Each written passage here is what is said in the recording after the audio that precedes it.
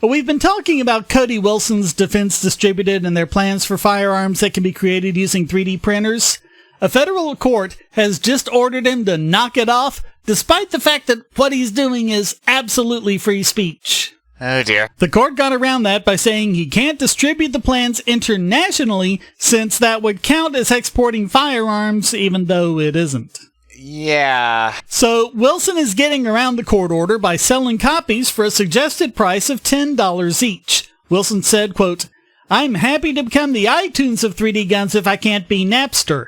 I've seen a guy pay $15, lots of people paying $1, others are $10, $8 for the AR-15 rifle. It's very generous, just people who want to support us. See, $0, a free rider, give me a cent." Damn that free rider problem.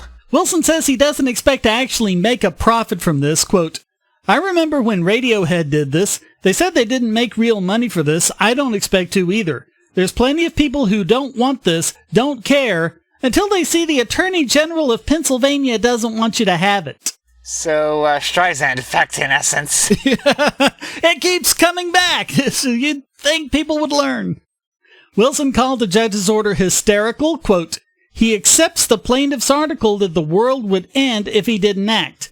But this already happened. We've lived in a world where you can download these files from anywhere. His description that some cybernaut can find these in the dark recesses of the internet, they're discoverable within 30 seconds of Googling." Yeah, I mean, it's not like they're not already just sitting there. Oh man, I found a GitHub repository a few weeks ago. Just had all sorts of plans for actual 3D guns, because I wanted to get some, because I wanted to pull them up and render to make graphics, not actually to make the guns. But I mean, it's the same thing. It's the 3D plans for them, and these are made for 3D printers, and you have people who are printing out, plastic lowers for AR-15s and then assembling the rest of the gun around it. And of course, people are thinking, oh, people are just gonna start using these guns all the time now. No, these guns are cheap. They break easy.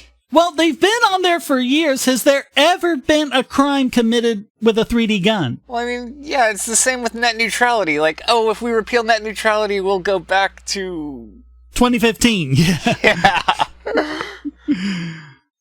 Yeah, and we also have that sticky thread that we've had for a while on the Bogosity forum, the black market for firearms. It doesn't take much in regular machinist tools to be able to make these. You need the skills to, and so this would be for, an unskilled person. You just need to know how to do a 3D printer. But I mean, as far as being able to make your own firearms, that's always been the case. Yeah, it's nothing really new, so what are they getting worked up about?